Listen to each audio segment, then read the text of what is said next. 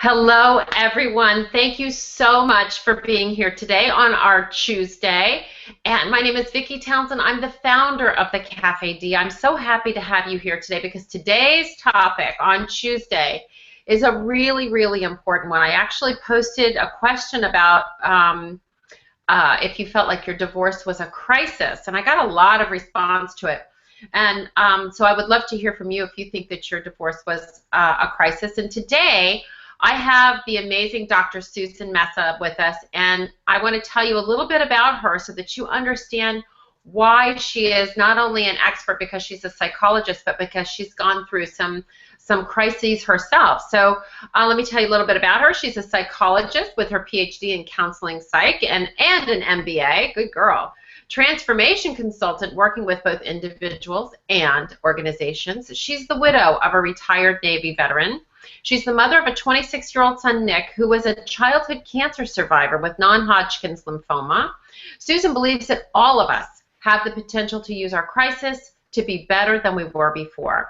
So today we're going to be talking about how to find personal and spiritual growth as a result of our crises, because we all need to know and we all need to go and grow as a result of what I considered to be a crisis in my life. So I'm excited that we're going to be talking about that today.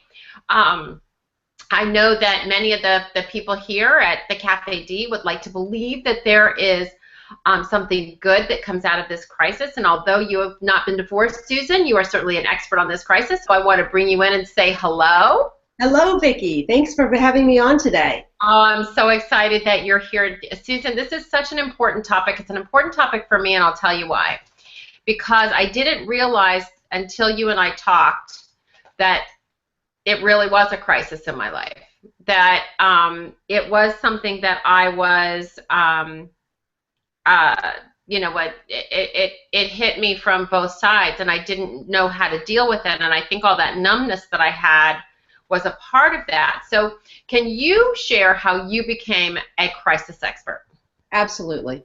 As a psychologist, we're well trained to help people through their personal and professional crises. And it's something that I had done for 20 years, in fact, traveling across the world to help leaders go through crisis. But in 2005, in the fall of 2005, that expertise became my personal lifeline. It was September, I was sitting there reading, and my 16-year-old son came up to me and said, "Mom, I think I have cancer." I thought he was kidding, and then I thought he was overreacting, but I was wrong. He had, as you said, Vicki, non-Hodgkin's lymphoma, luckily stage 1. But in that blink of that eye, we went from a family that had nothing stronger in their medicine cabinets than aspirin and Benadryl to a family that had chemotherapy drugs at the dinner table. And it was the beginning of 3 years of multiple gut punches. The second one came 8 short months into Nick's 2-year chemotherapy protocol. And my husband asked to be taken to the emergency room because he was in pain. Shortly after that, he was taken to ICU, where he stayed for 80 days. He had Guillain-Barré, which was a neurological disease that devastated him, paralyzing him almost completely, and he was on a feeding tube and with the tracheotomy, unable to breathe on his own. He went in the hospital healthy. He stayed there 9 months before he came home. And my runner husband came home in a wheelchair March of 2007. It was a pretty rough ride, as you can imagine. And we finally got Nick, but we got Nick off to college. We were very excited about it. And unfortunately, 2 months later, he was called back home, this time to talk to his father's oncologist. Because Vito had been taken to the hospital with severe anemia. The cause was mantle cell lymphoma. Unfortunately, because of Vito's previous illnesses, he wasn't able to fight that one off, and 1 year later, he died. Vicki, it was the hardest thing I've ever done, and it lasted for 3 years. And it ultimately changed me and brought growth into my life. Wow, well, you are a great example of surviving a crisis and then and thriving from it. And I will tell you that my ex-husband, that is my children's father, actually had Guillain-Barré. So I am very familiar with the devastation that causes, because he couldn't walk either. So that's a very, very, very, very, very difficult disease to overcome. So how did you do it? How did you thrive, and how did you survive? Well, I'm going to walk you through a slide here that's going to show a little bit about that. Let's see, and hopefully we got this. Okay, can you see that slide?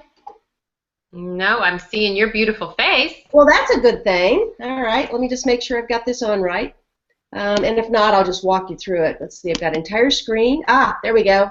Now I know what I did wrong. That's technology, right? I know.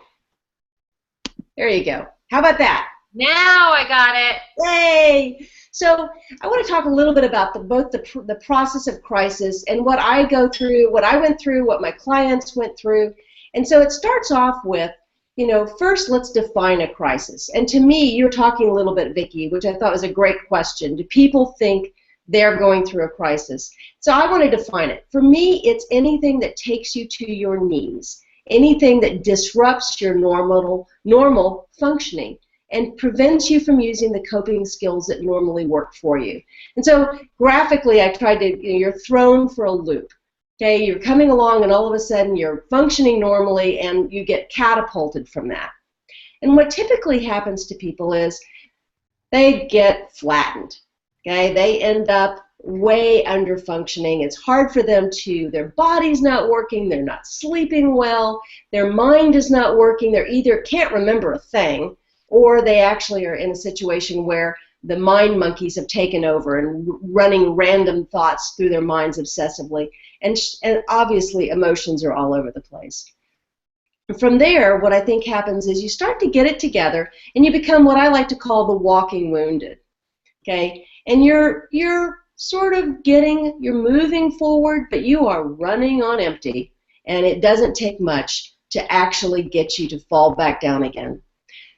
Somewhere along here, the immediate crisis passes, and you start to regain some strength, and you become kind of normal. You know, your family's hoping you're going to be normal. You're looking sort of normal, but you're still running pretty low on your exhaust. And that's not an uncommon process. But what I'm interested in is what we've started to see, and I want to talk more about because it's my passion, is the people who go beyond where they were before to what I call gifted. And I don't mean gifted like your child is gifted, my child is gifted, all our children are gifted. I'm talking about the gifts that people get from a crisis that are, as you can see from the look on this guy's face, pretty darn surprising. We don't even know how that happened. Well, Susan, when people have hit the bottom and they're trying to find their way back, what are some things that you've found that can help them? A great question.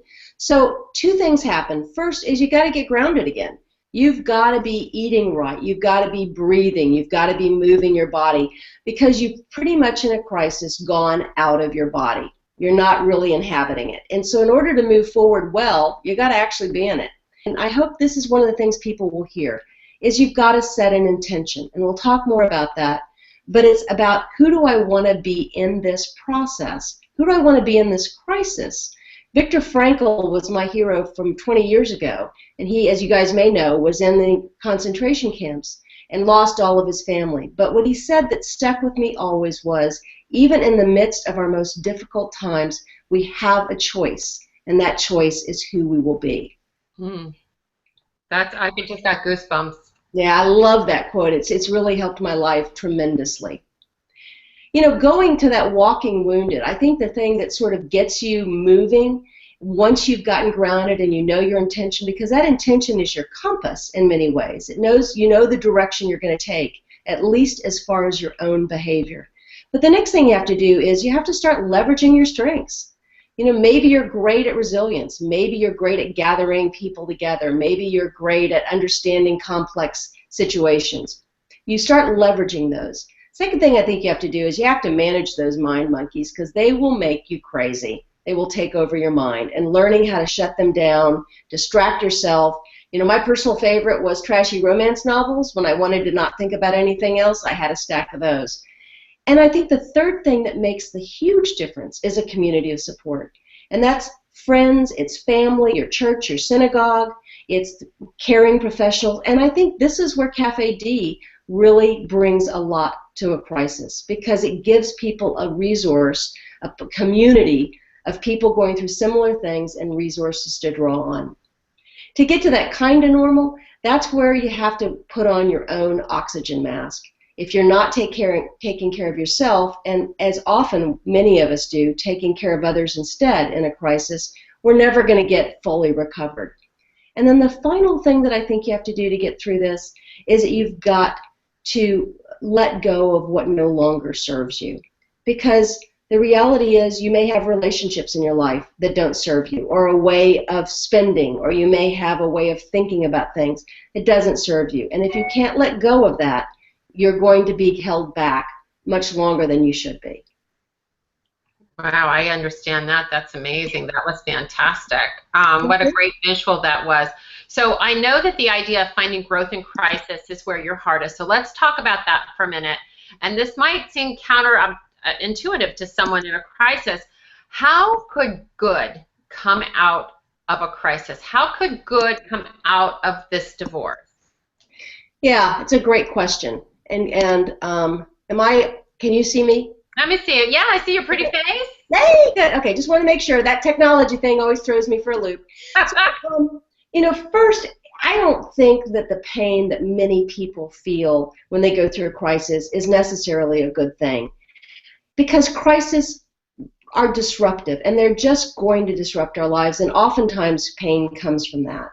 But I'm more interested in the point that crises can either be destructive or transformative. And that's where I think our choice comes in. That's the part that's exciting. And that's where 40 to 70% of people we found actually find some growth. And by the way, this idea of good coming from a crisis is not a new one. In fact, if you go back to the Bible's Job, someone who I might say I felt a fair kinship with as time went on, okay, all kinds of things happened to him, and yet what came at the end was something better than what he had before. Okay. In fact, my favorite 20th century philosophers, Oprah, said it best. She said, "Let your wounds become your wisdom," and I love that idea. Oh, I love that one. Isn't that a great quote? Oh my gosh, you have no idea what I'm on my second page of.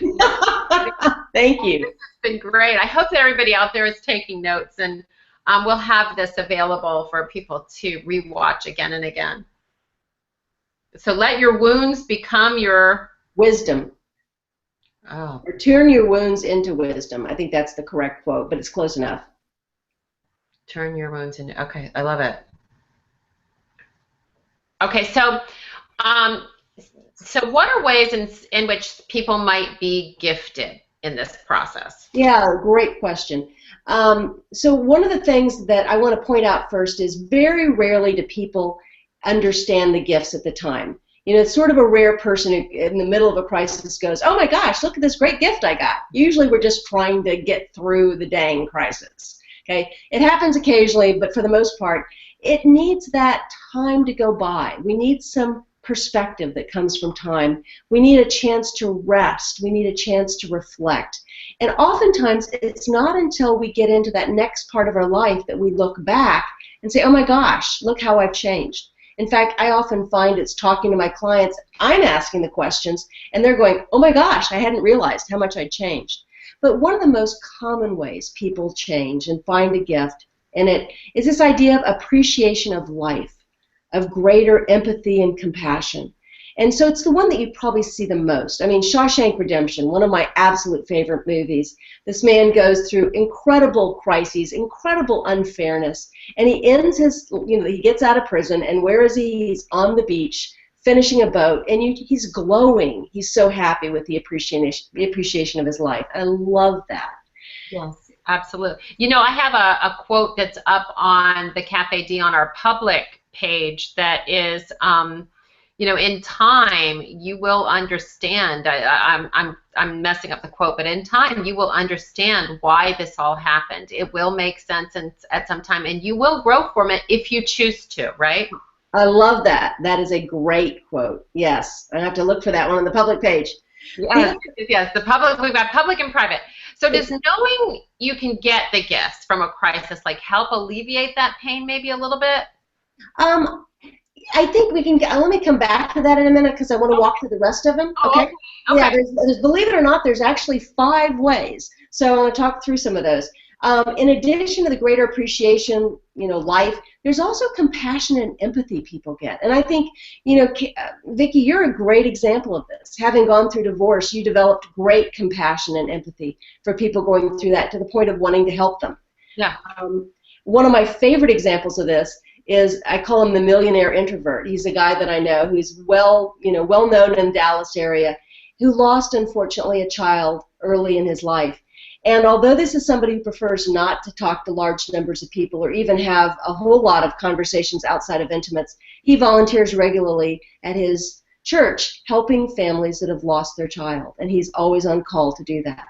The second one is a greater appreciation of self, because crises bring out so much vulnerability for us, so much changeability in life. We find ourselves willing to have conversation, willing to sort of open up in ways that we didn't before. And we also find ourselves, we look back on that ability to handle, or at least survive, the crisis, and start to see in the ways that we did that. Maybe a marriage blew up, and we never knew we could get it there on our own. Or we hit bankruptcy, and that's the worst thing we can imagine, and yet we managed to get back on our feet. And we look back on that and we go, oh my gosh, I sort of rock. I'm pretty good at this.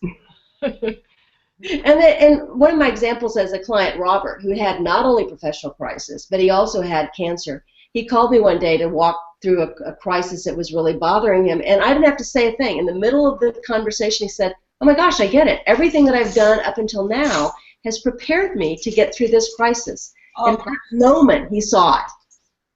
Yeah, I've had that. Yes, and even like with the theCafeD, and this is another thing that I've tried to do, is to turn tragedy into a triumph. Make meaning out of something that was terrible that happened in my life, and make it mean something. Make it make a difference in people's lives. And if we can do that, I mean, how great. I'll wake up every day so freaking happy, because guess what?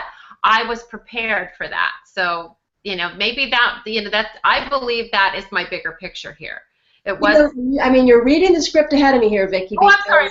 I'm so proud of you. You're a great example of this. There's a different perspective on life and purpose. Absolutely. You are giving the perfect example of what happens with that.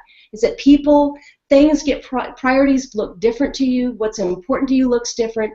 And so many people will come out of this with a purpose, like you just talked about. The saying, how do I turn this into triumph? How do I help other people? Not only that compassion and that sense of your own self, but also how do I turn that into purpose? And I've seen clients do that time and time again, of saying, I've learned something from this and I want to help. One guy I talked to once who had prostate cancer, has made it his personal mission. He goes around talking to guys saying, okay, so what's your number? He says he's not afraid to ask. He wants everybody to know. The fourth way is enhanced relationships, and I really think crises are sort of petri dishes for growth. You get stressed out, they get stressed out, people show up, they don't show up, people you expect to help you don't. We speak our truth, we just change. An example for me is I became much more vulnerable. I was willing to admit that I was not Superwoman, a fact which, by the way, was not a surprise to anybody in my family or friends, but apparently it was a surprise to me. Yes, I've had the I am not Superwoman conversation with my family, and they went, well, duh. Yeah, duh. The exact same thing happened. But because I did that, because I stepped away from always being the one who took care of others and let them take care of me, I was able to have a very different relationship than I had before. And so I think that was a huge one for me. And then the last one is, interestingly, a spiritual development. While some people feel definitely abandoned by their God during this process, many others find a connection to God or to the divine, or however they see it, that is much stronger than before. And they find themselves using the words like faith and grace more often than they did. I have a great client who is really practical. She's one of those, get it done kind of girls, not inclined towards poetic license. And one day I was asking her how her crisis, which in her case was a medical crisis of her husband, how it changed her. And she said, I see and more attuned to the small miracles in life. And she said, it has sharpened my lens for grace. Isn't that beautiful? That's beautiful. I'll tell you a little quick story about me. when I turned 40, I took a bunch of blood tests, just to, cholesterol, like a series of all sorts of stuff.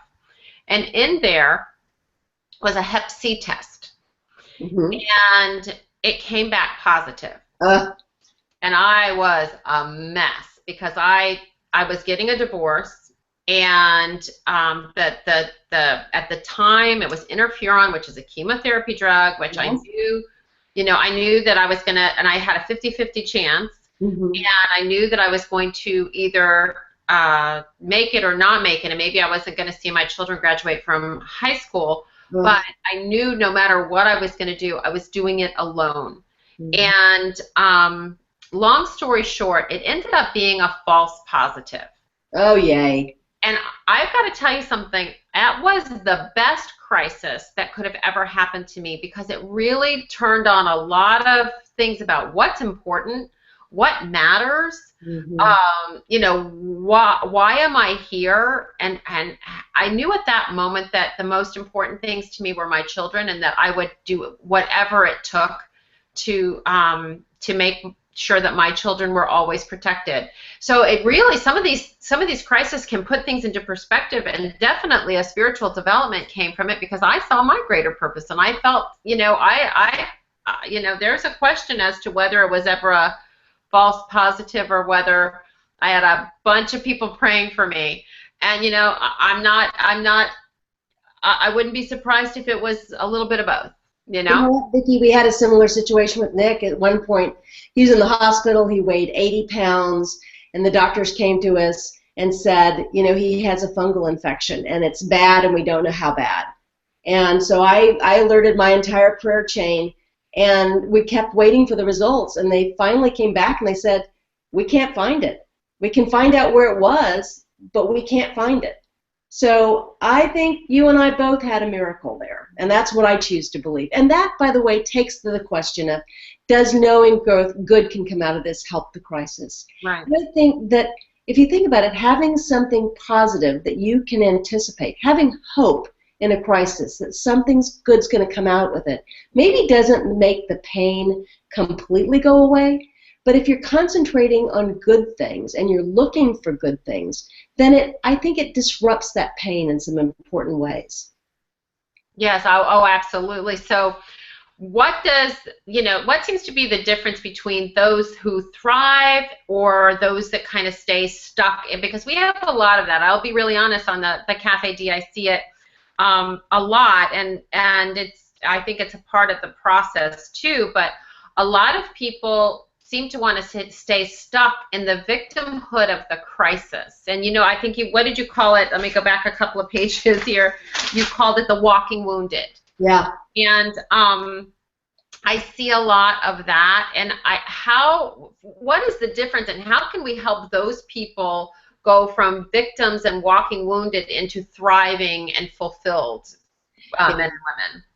So, one of the things that I think it is that ability, and it's a discipline, as you probably know, Vicki, to look for the positive. It's to say, okay, I feel really crappy today. What's 5 things that I'm grateful for? And it may be, I'm grateful, in Dallas, I'm grateful it's only 102 and not 106, okay? Right. Sometimes the little things, you have to pull at the little things. Yeah, and there were days it's like, okay, I'm grateful, okay, for coffee. I'm grateful for coffee. Yeah, that's it. But Yeah. it's having the discipline to put that into effect where you really are looking for the positive.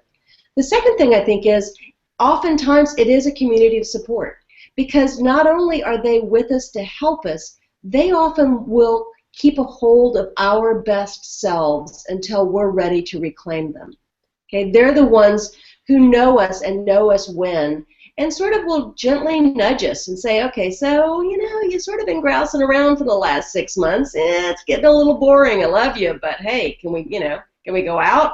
Can we move on, please? Right? Exactly. And it's when you see that reflected back in them, you start saying, gosh, these are people who absolutely love me, who support me, who've seen me through this. Maybe it's time for me to do something different.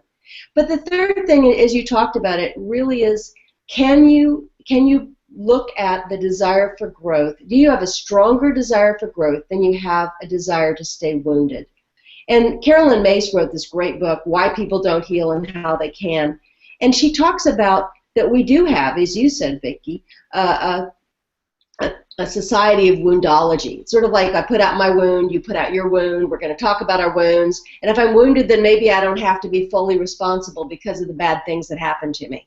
Right. And it takes some real courage to look at what are the ways you're keeping yourself small, and in what ways do you have to, what do you have to let go of? And for many people, they have to let go of a grudge. They have to let go of a belief of this is how things are supposed to have been. They have to let go of what no longer serves them, that really isn't even there again. But it's that reaching out for growth. It's like that trapeze. Can you reach out for growth on the next trapeze? But you got to let go of the woundedness in order to get there. Ooh, that was a good visual. I like that one a lot. You're so awesome. So what are the two things that you would want somebody to walk away with from this discussion today? What I would want them to walk away with is you can decide who you will be in the worst of all possible situations. You can decide how you want to act and how you want to show up. And you have that ability. Even when you have nothing else in your control, you have control over that. And that can be your compass point that gets you through. The second thing is that I want people to walk away at least wondering about good coming from crisis, because good can come from crisis. It happens over and over again. So I hope they'll start asking themselves, even if it's the smallest little thing, what was some good that came out of this crisis? Well, that's amazing, and I can see that even in your story, that good has come out of your crisis too, because this has been an amazing presentation today, and I know you have a book coming out. When is your book coming out, and do you have a title? I do have a title. It's called, you'll be surprised to hear, it's called The Gift of Crisis, Finding Your Best Self in the Worst of Times. And the publication date's not set. We're thinking 2016, okay? But for the CafeD people, if you will sign up on my website, drsusanmecca.com, and subscribe, you will get the chapter that talks about exactly what we're talking about today, which includes some exercises that will help you find the gold in your own crisis. You'll also get my blogs, and you will be alerted when the publication date is set. That is awesome. Congratulations on having that book. And absolutely, this has been, I love doing these Tuesday things. I absolutely think that they are so amazing, and week after week after week, I have had some of the most amazing people on, and you are one of them, because this has been life-changing for me. I hope it has been life-changing for those that are on with us today and those that see us, of course, in the future. And so what I want to tell everybody here today is that we have a membership where you get to talk to Susan Mecca, Dr. Susan Mecca, right now, if you have questions or concerns, in our very private Facebook group. And I did that this way so that we could have some privacy, so that we could have some experts that are just there to answer your questions, not only about going through a crisis, but going through the divorce itself, how to be able to pick yourself up after the divorce has knocked you for a loop. And we have experts back there that are waiting for you. And it starts at $7 a month, and you can have access to all of these people. And if you want to join us right now in our private Facebook group, just go to www.theCafeD, don't even have to put that little thingy over the E, just thecafed.com, and become a member. It's $7 a month, and you will be having access to not only Susan, but some other amazing people back there as well. And I look forward to seeing you. We are heading over there right now, right, Susan? Absolutely, can't wait. Yeah, we will see you on our private Facebook page. It's going to take you about 2 minutes to make to register to become a member, and you'll be a part of a community of people that absolutely will support you. So I look forward to seeing you all over there on our very private Facebook group, and we will see you. Susan, thank you so much. This has been so amazing and so inspiring and so life-changing, and I know not only for me but some of the other people that are listening. So we will see you all on our private Facebook group. Have a great day, everybody. Thank you so much for being with us. See you there. See you there. Bye. Bye.